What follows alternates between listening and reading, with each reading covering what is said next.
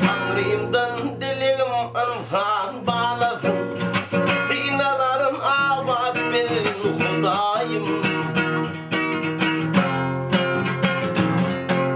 İşte vurgun naçarların ağlasın,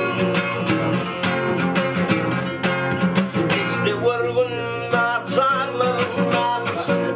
Aybında salıp duş etme vur Hudayım. İşte vurgun naçarların ağlasın, aybında salıp duş etme vur Hudayım.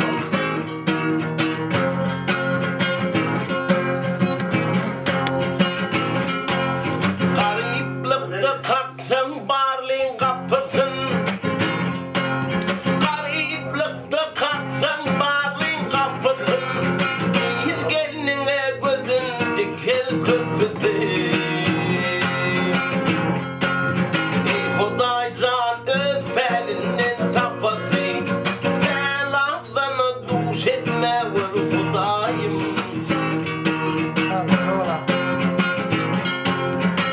Hudaycan öpenin tapası, el aklını duş etme vur